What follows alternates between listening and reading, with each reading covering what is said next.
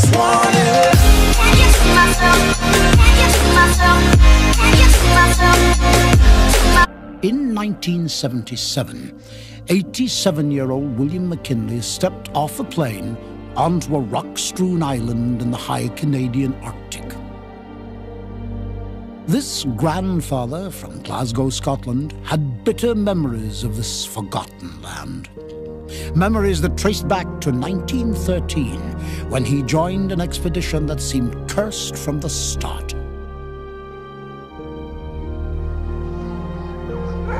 The Canadian Arctic Expedition of 1913 was conceived by a brilliant and ambitious anthropologist, Wilhelm Stephenson.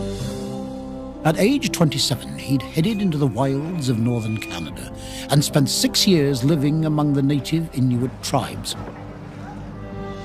He re-emerged in the spring of 1912, having reinvented himself as prophet and promoter of a newer, friendlier Arctic.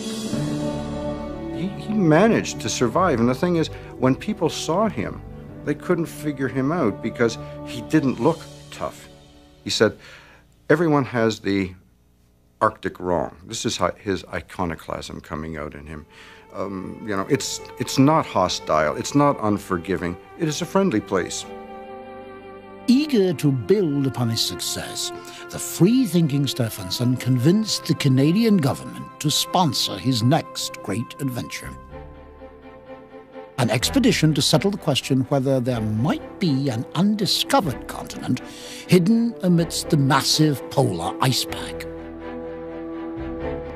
The scope of the expedition grew as the Canadian government expanded its objectives. They decided to divide it into two teams. A land-based southern party which would pursue scientific studies, and an ocean-bound exploratory northern party led by Stephenson himself that would search for new lands. Stephenson sent out telegrams all over the world seeking to staff his enterprise. On a pleasant Glasgow evening in late April of 1913, William McKinley, then a 24-year-old mathematics and science teacher, received his invitation to become the project's magnetician. He certainly had no idea what polar regions were like. The nearest he'd got to that was seeing a polar bear in Edinburgh Zoo. That was the nearest he'd got to the Arctic, you might say. But I think every little boy who was growing up in those days would be thinking not of becoming a train driver as they used to, but I'd love to be an Arctic explorer and become famous that way. It was their way up in the world, as it were. McKinley, Wee Mac as his friends knew him, realized this was the opportunity of a lifetime. Within 3 days, he was on a steamer heading for North America, unaware that the expedition was already in a deadly race against time and the icy polar seas. Open waters surround the Arctic ice pack in summer, but with the chill of winter, the massive white wilderness can double in size, cutting off all passage northward until the spring thaw. Stephenson knew that in order to reach their first staging point, tiny Herschel Island, he would need to set sail by early June. This left only a few short months to prepare.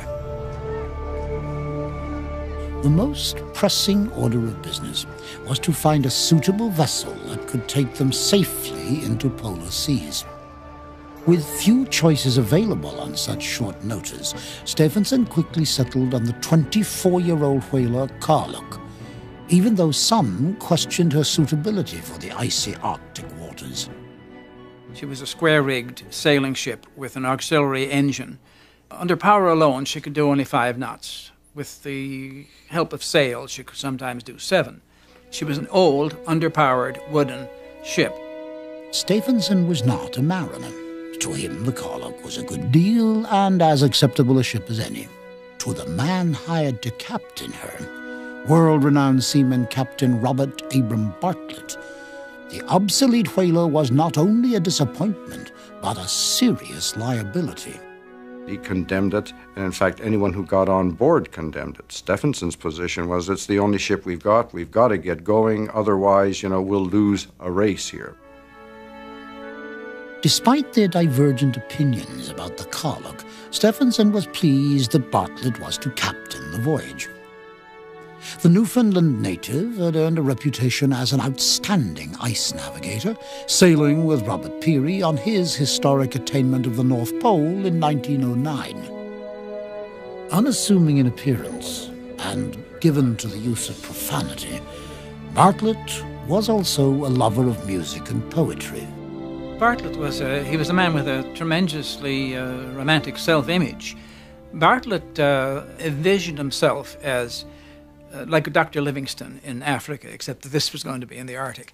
A great leader, a great traveler, a great man generally, and he was sort of the last of the great Victorians. Bartlett was not the only voice warning of trouble in the voyage. Stopping in Montreal to pick up his orders, McKinley heard critical murmurings about Stephenson from a member of the Canadian Meteorological Service. He told me the reason I had been hired as a meteorologist as well as a magnetician was because no one in the Meteorological Service was willing to be associated with Stephenson's expedition. It was the first of many hints I was to receive as the weeks went by, that not everyone shared a faith in the suitability of Stephenson as an expedition leader.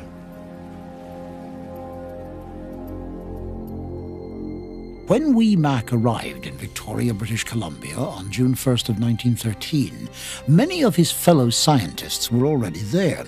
But Stephenson, whom most had never met, was nowhere to be found, leaving the hasty provisioning of the ship to his subordinates. They were concerned. They looked at the Carlock, for example, and to them it was a symbol of the mismanagement of the whole expedition. It had a grimy appearance.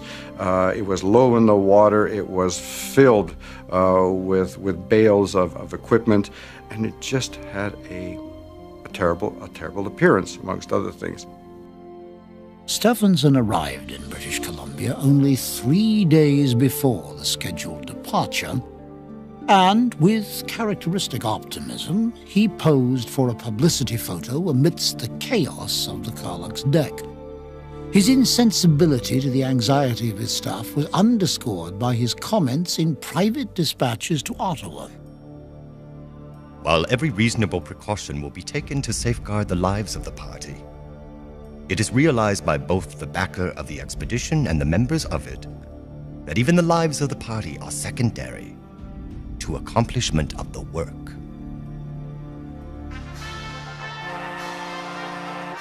On the 17th of June, already 1 week behind schedule, the Carlock made sail amidst much fanfare and anticipation. We steamed round Esquimalt Harbour to cheers from the entire Canadian Pacific Fleet, line up on deck and filling the rigging. Good luck signals were hoisted, sirens wailed, and we were off in a glorious sunset. As the Dominion government ship Carlock headed toward Alaska, the scientists and crewmen on board began to settle into the routine of shipboard life. They couldn't have known that nature and circumstance were conspiring against their journey's outcome.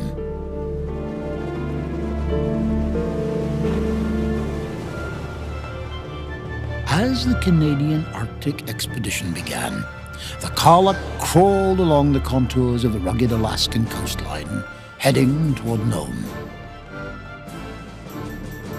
There, on July 8, 1913, the northern party's Carlock and the 2 smaller schooners of the expedition's southern party anchored for a few days and hurriedly divided supplies and equipment amongst the 3 ships. Despite the lateness of the season, Wilhelmus Stephenson still hoped both groups of his expedition would reach the Arctic shores before winter ice clogged vital waterways. There's such a rush the whole time. There's so little planning that all the stores are divided haphazardly amongst the 3 ships. And so are the people.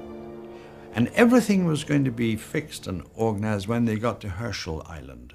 But Herschel Island would be difficult to get to the later in the season it was, and there was so much time being wasted because things had not been planned that their departure was getting dangerously late. On July 10th, the concerned scientists formally confronted Stephenson about the disorganized state of affairs. The veteran explorer bristled at this challenge to his authority. In turn, some members of the staff took to calling their commander his lordship behind his back. There was no sense of cohesion in a team starting up. Of course, in a ship, small, very small ship, with cramped conditions and damp and cold and everything like that, that kind of feeling starts festering very quickly. It was already late in July when the Karluk finally headed up through the Bering Strait. As she slipped across the Arctic Circle, tensions on board temporarily eased. The water was ice-free, and Karluk's successful rendezvous with the other two ships of the southern party at Herschel Island seemed assured. 4 days later, a blizzard struck, early for the season by fully a month. By the following morning, on only the 2nd day of August, the second mate reported ice off the port bow. The delays had been costly, and now the expedition would have to contend with the onset of an early winter. They then continued eastward until they got into heavy field ice, and Bartlett said, "Look, this ship simply can't take this kind of punishment. She isn't built for it, and we should turn around and go back to Alaska and put her in harbor for the winter." And Stephenson said, "No, we're going to go on."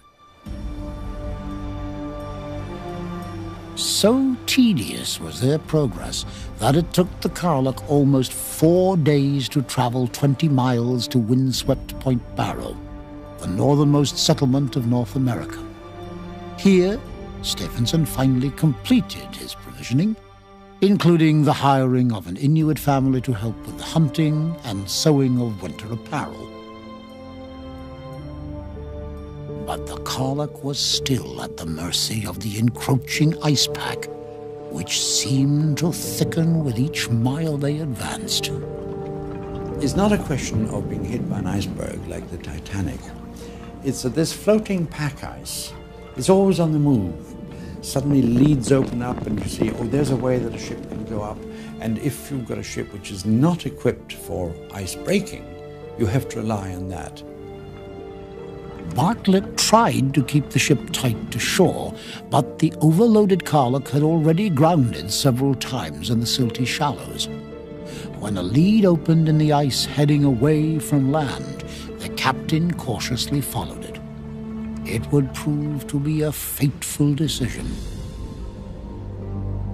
On August 13th, with the Karluk still coursing through the maze of water and whiteness, the temperature began to drop, reaching 17 degrees Fahrenheit. Fresh ice began to clog the water between floes, which a gentle snowfall soon cemented around the helpless vessel. The Karluk was inescapably trapped miles from shore, locked in the vice-like grip of a floating pan of ice. Drop anchor, port side. Neither Bartlett nor Stephenson viewed their situation as grave. They knew that a change in the weather could just as instantly set them free again. For Arctic greenhorn William McKinley, the unplanned stop was an opportunity to realize a boyhood dream and finally set foot on the polar ice pack. The ice was much broken up and rough, with scarcely a level patch of any extent. It was like being in some gigantic sculpture's yard, stacked as far as the eye could see with glistening marble rocks cut in a million fantastic shapes. As people do when confronted with a great sculpture, I had the irresistible urge to touch as well as look. We left the ship and cavorted about on the ice for hours. As the days drifted into weeks, the ice became more prison than playground. Both Bartlett and Stephenson privately concluded that the Karluk was likely to be trapped for the duration of winter. For the expedition leader, this was a particularly bitter blow. Stephenson, for his part, was a man of activity. I mean, he had to be on the go all the time. He didn't like to sit around. And of course, there he sits in the Karluk, going nowhere. His northern expedition is literally frozen. So he has to do something. By September 20th, after 5 weeks on the ice, Stephenson could no longer tolerate the inactivity. He loaded 2 sledges with supplies and ammunition, planning to lead a small expedition 20 miles across the ice to land. It was a choice that many would later view with suspicion. He professed that he was going on a hunting expedition to hunt caribou in Alaska. But this is very doubtful, because he himself had said that the Alaska caribou were nearly extinct. He also took people with him that certainly weren't hunters. He took his own personal secretary, and he took 1 or 2 of the scientists. Stephenson's hunting party managed to reach a small island connected by land ice to the shore just before a heavy gale swept through the area. When the weather cleared, they could no longer see the Karluk in the distance. The ice pan which had been holding her fast had broken away, carrying the imprisoned ship away with it. Stephenson headed back toward Point Barrow in hopes that he could intercept the drifting ship. By the time he reached the village, the Karluk had long since disappeared over the horizon, beyond the reach of any possible rescue. These are the areas of ultimate inaccessibility, ultimate challenge. There are no airplanes, there are no radios. So nobody ever went to look for the Karluk. Nobody ever did. Frozen into a pan of ice nearly half a mile wide, the Karluk was at the mercy of a current that was rapidly carrying her out into the middle of the frozen Arctic Ocean.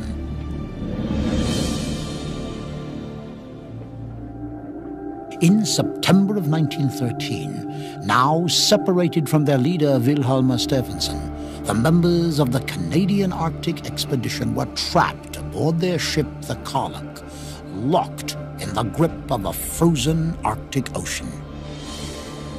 Around them, the polar ice pack stretched out endlessly in all directions, alive with the persistent movements of 1,000 opposing flows, and crashing together into mountain-like pressure ridges amidst a thundering, almost musical roar.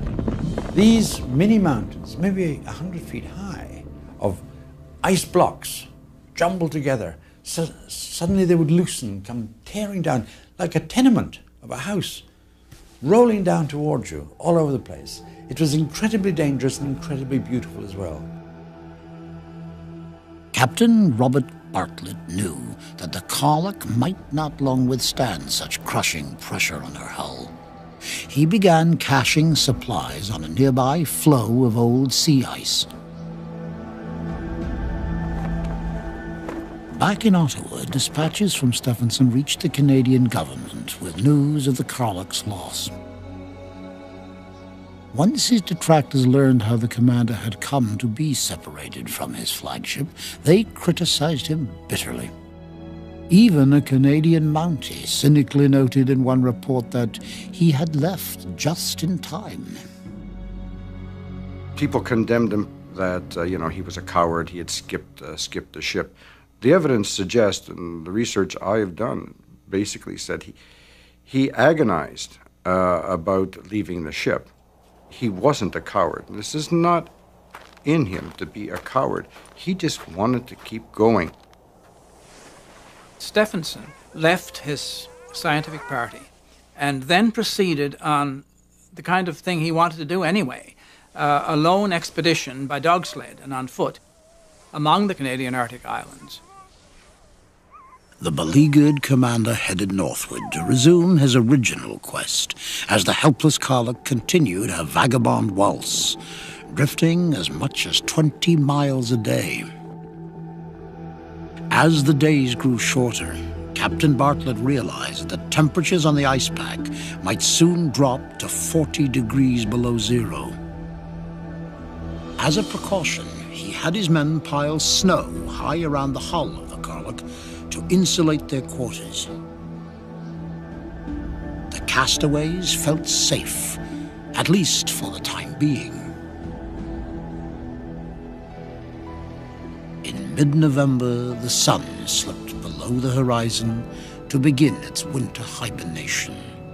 Weeks of endless night lay before them, underscoring their sense of alienation in this strange and hostile world. The howling and barking of the dogs was the only break in the black, icy silence that surrounded us. As the days passed without hope of release, we turned more and more in on ourselves, ever more dependent on the warmth and comfort inside the ship, and increasingly aware of the imperfections and deficiencies of the Karluk.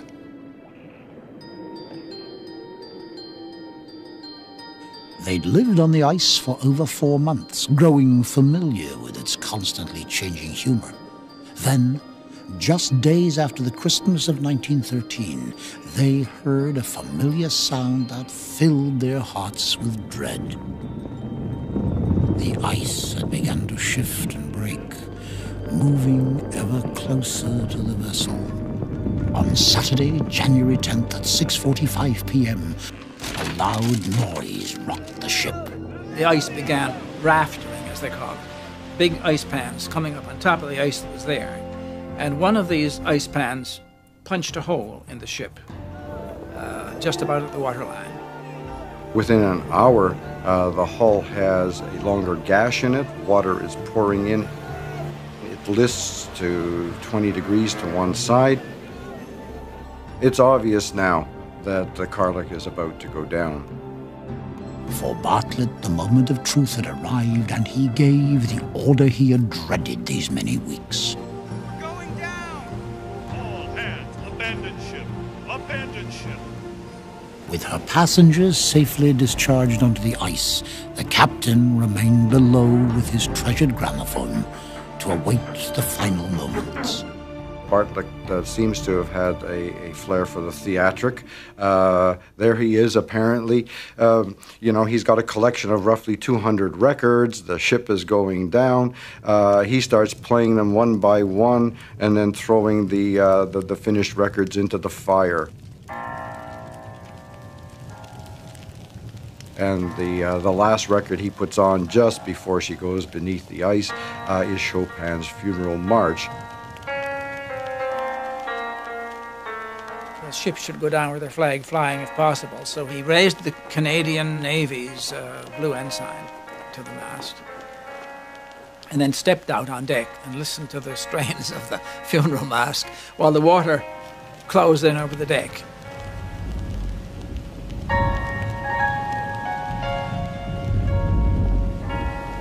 Bartlett had been unhappy with the choice of the Karluk from the start.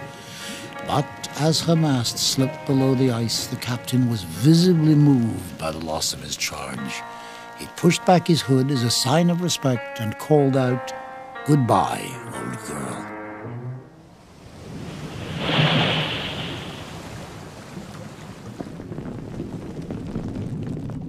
So there they were left in the middle of the Arctic Ocean, in the middle of the Arctic night, with lots of supplies, but nothing but ice under their feet. By morning, the lead had frozen over with young ice. No trace of the old whaler remained. Her passengers were now castaways in a frozen wasteland with no hope of rescue. On January the 12th, 1914, 25 former passengers of the Karluk awoke to the cold stare of an icy sea. Their ship lay 38 fathoms below them on the floor of the Arctic Ocean. 2 large shelters constructed of boxes and snow were now their only refuge from the deadly cold of Arctic winter. Although they were drifting almost 300 miles from the coast of Siberia, the castaways clung to a sliver of hope. Just before the ship began to go down, they had spotted Wrangel Island. They'd spotted the peak in the middle. They reckoned if William McKinley managed to fix the position properly, of where they were, and land was within striking distance at least, then they had a chance. Wrangel Island was at the least 60 miles away across the constantly shifting ice pack. Captain Robert Abram Bartlett dispatched his first mate, 21-year-old Sandy Anderson, and a small scouting party to try and reach its shores. 14 days later, a member of the scouting party stumbled back into camp with disturbing news. The island they had seen was not Wrangel, but tiny Herald Island. Even more disturbing was the report that the first mate had taken his group across a dangerous stretch of ice to reach it. Bartlett knew that Herald Island was little more than a rock, devoid of life-saving resources. In the days to come, he would send several search parties to look for the missing men. The youthful first mate and 3 others were never seen again. McKinley's fascination with the Arctic began to give way to bitterness at the loss of such well-intended men. They were 4 young men with no grand ideas about exploring the Arctic or finding new land. Just 4 sailors trying to follow orders. Tensions in Shipwreck Camp continued to mount. Some of the scientists decided to set out for land on their own, against Bartlett's fervent objections. Bartlett does not want them to leave. He wants the party to stay together. In fact, that is his responsibility, to keep them together. The scientists, being scientists, feel that they are unto themselves in many ways. They look upon Bartlett as a mere captain, and therefore they feel they don't have to take orders from him. The group set out with full provisions on man-drawn sledges, leaving a final epistle for Bartlett, absolving him of any responsibility for their actions.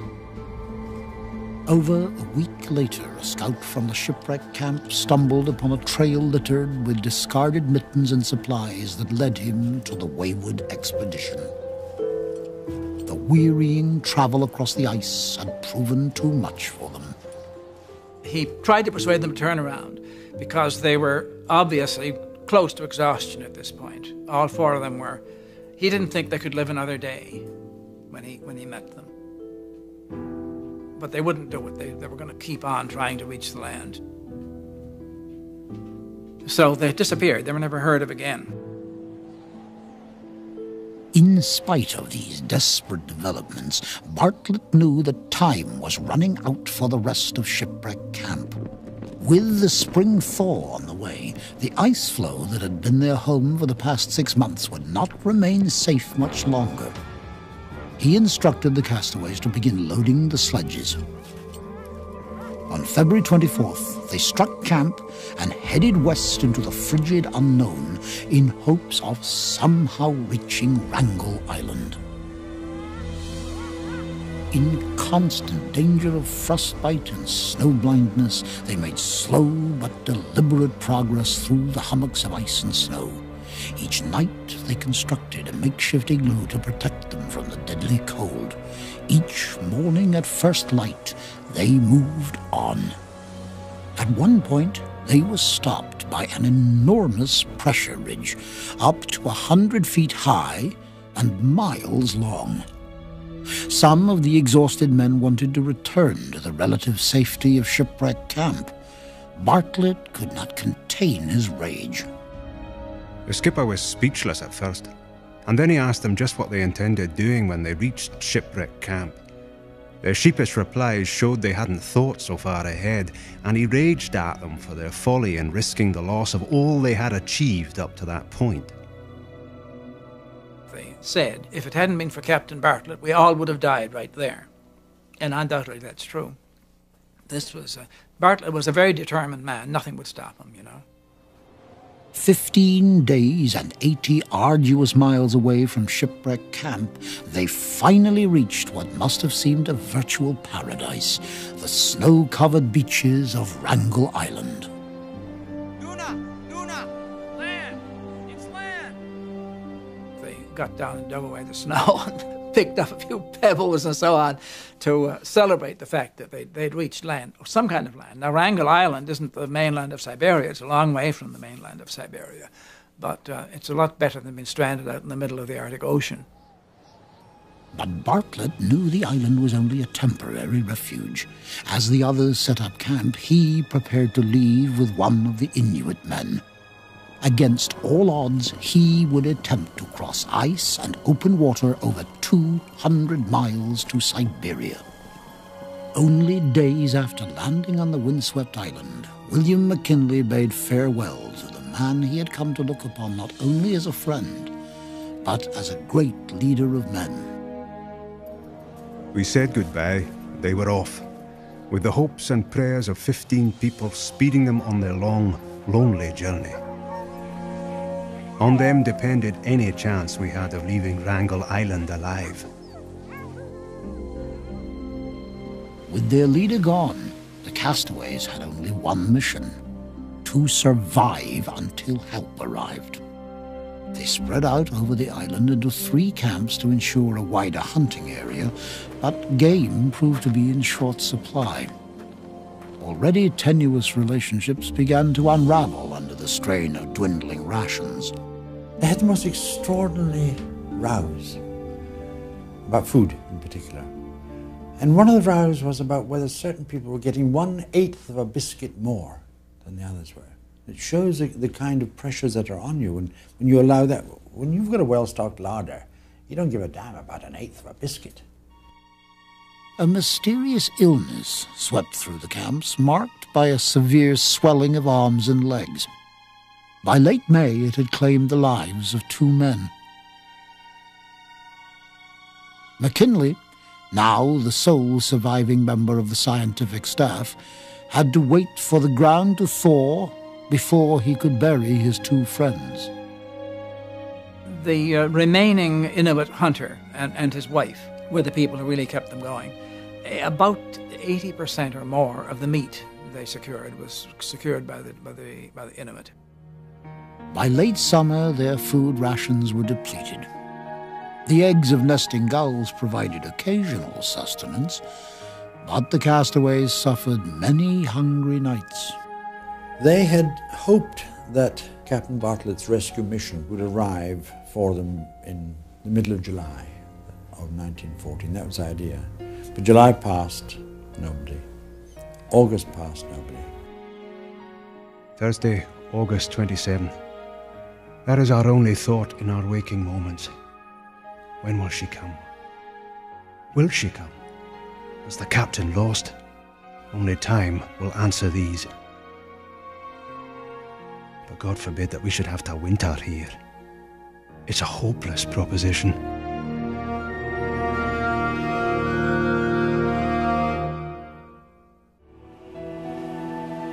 While the castaways languished on barren Wrangel Island, Captain Robert Bartlett and his Inuit companion were forging their way over treacherous moving ice in an attempt to reach help in Siberia. They traveled over the running ice, making an average of 4 to 5 miles a day progress, never knowing when they were going to be completely stranded. This was the most dangerous ice journey ever made by human beings, I would say. Bartlett reached the Russian port of Emma Harbor 2 months after leaving Wrangel Island, having traveled nearly 700 miles of ice and rugged Siberian coastline. In early May, when the winter ice finally began to clear from the Bering Strait, a worn and weary Bartlett sailed home aboard the whaler Herman.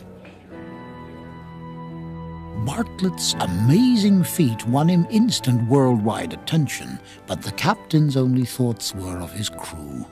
Over the next 3 months, aboard the U.S. revenue cutter Bear, he tried to reach his former shipmates back on Wrangel Island.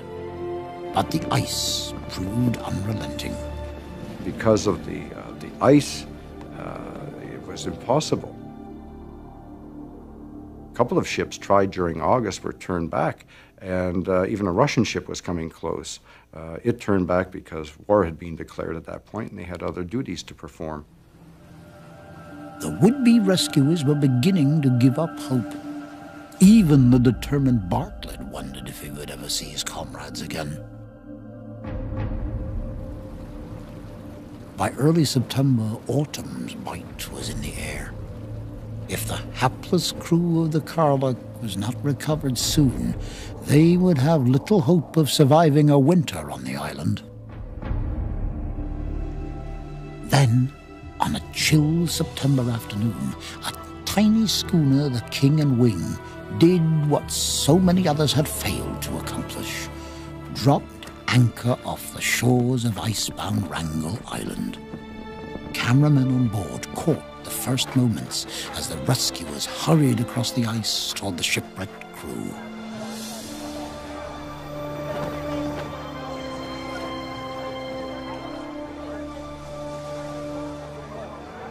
Their reactions were very odd.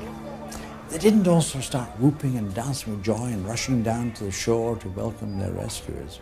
They were terribly shy. They felt that this was another world coming to them. It didn't dawn on them really that they had been rescued until they were actually on the ship. They were astonished to find that they were the biggest news story in the world, because they'd been written off as dead. On board the cutter Bear, Captain Bartlett noticed a small schooner approaching from the north. To the captain's great relief, he could see his shipmates on board.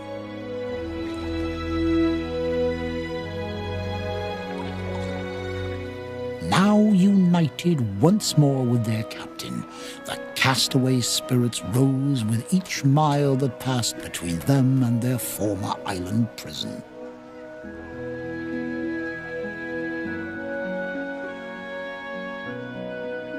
Still flushed with his newfound freedom, William McKinley penned this letter home with welcome news for his worried family. Just think of it, all of you.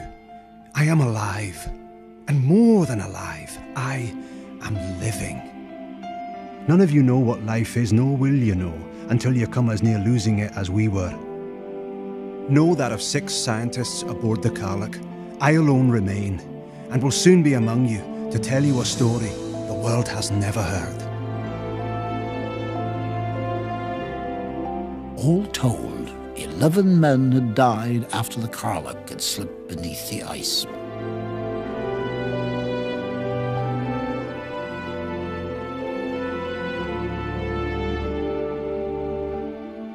Despite this tragic loss of life, the Canadian Arctic expedition was ultimately hailed as a success.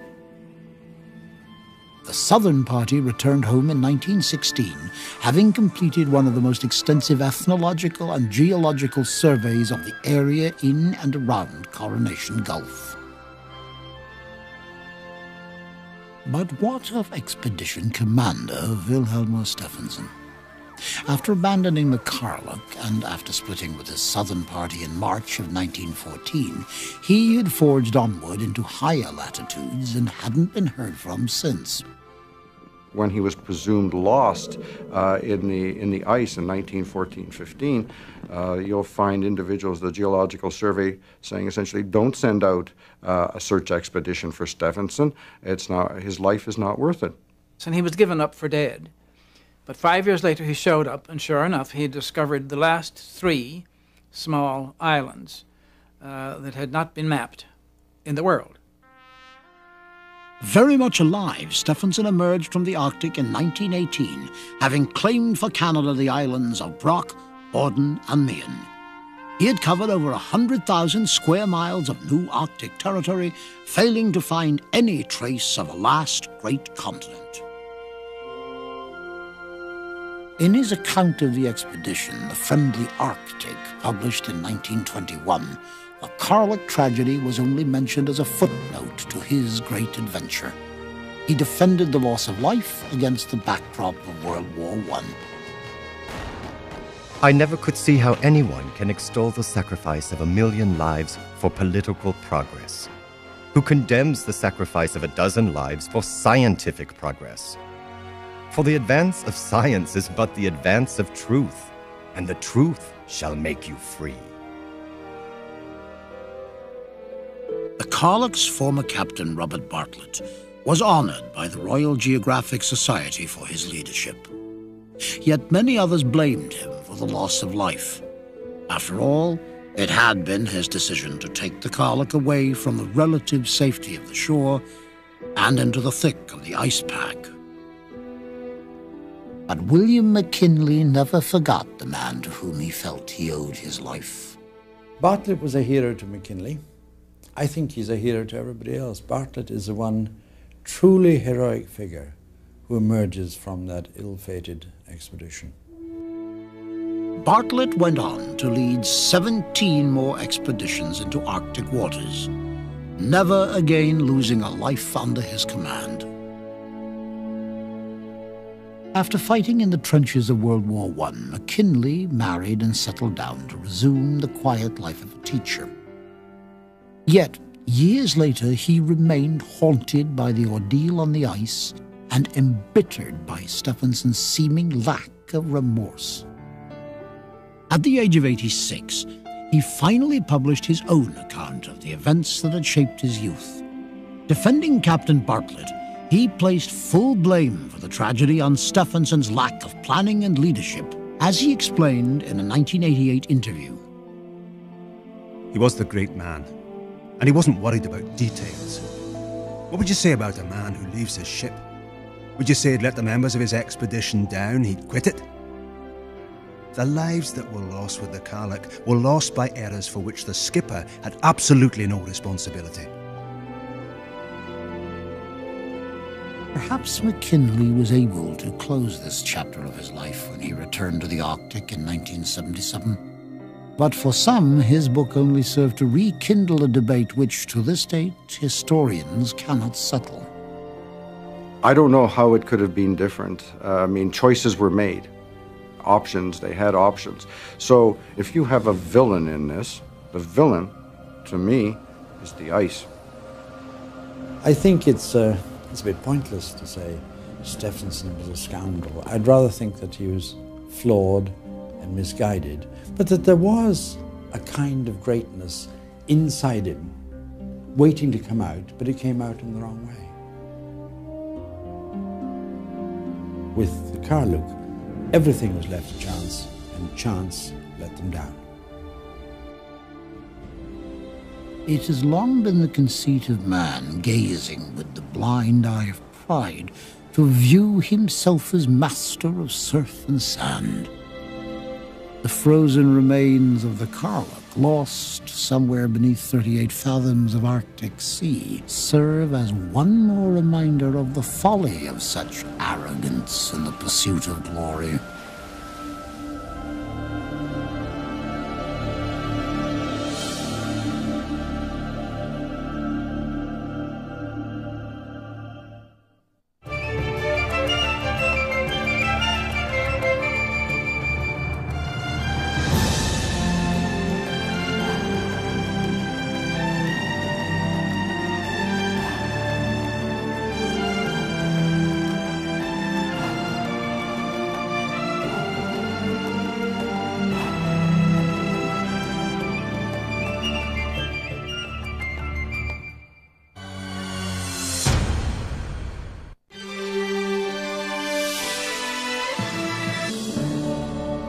He managed to survive, and the thing is, when people saw him, they couldn't figure him out because he didn't look tough.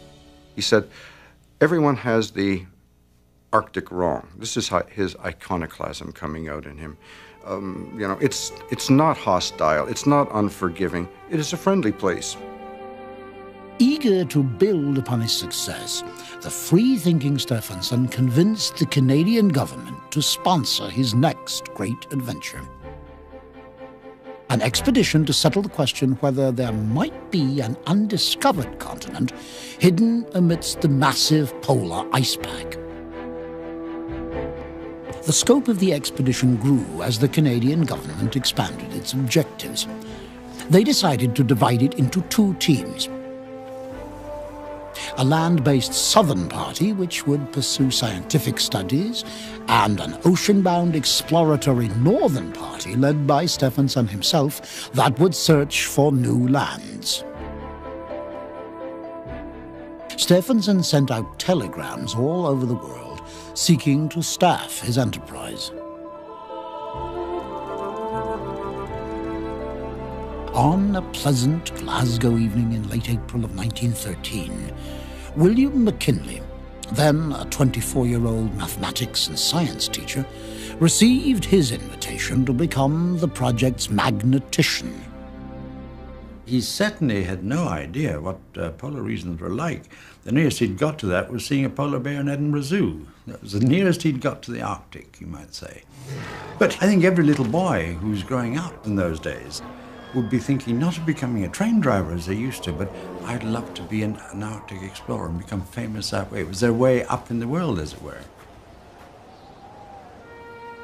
McKinley, Wee Mac as his friends knew him, realized this was the opportunity of a lifetime.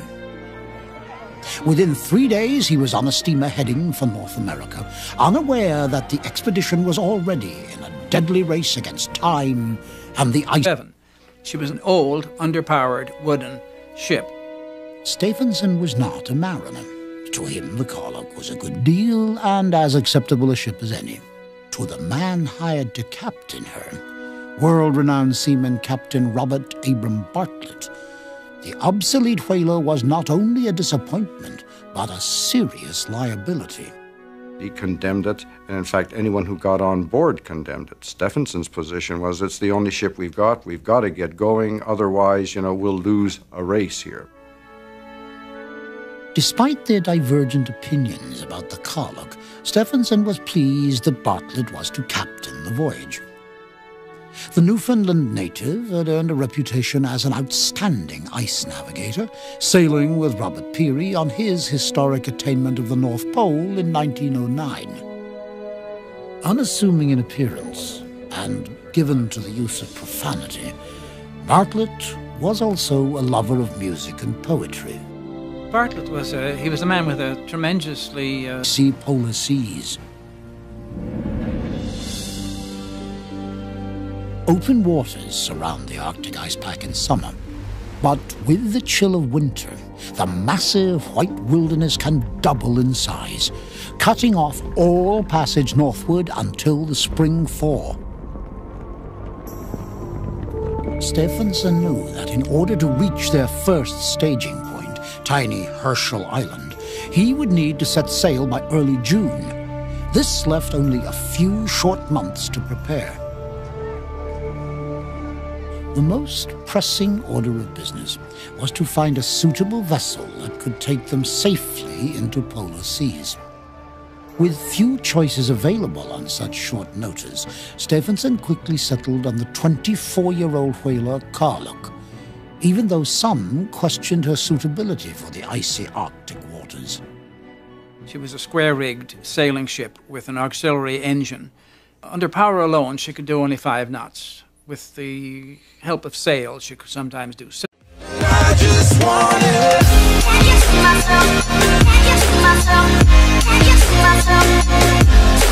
In 1977, 87-year-old William McKinley stepped off a plane onto a rock-strewn island in the high Canadian Arctic.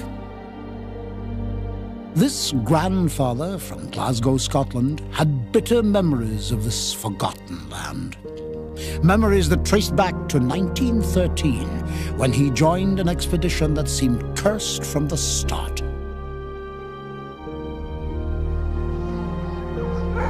The Canadian Arctic Expedition of 1913 was conceived by a brilliant and ambitious anthropologist, Wilhelmus Stephenson.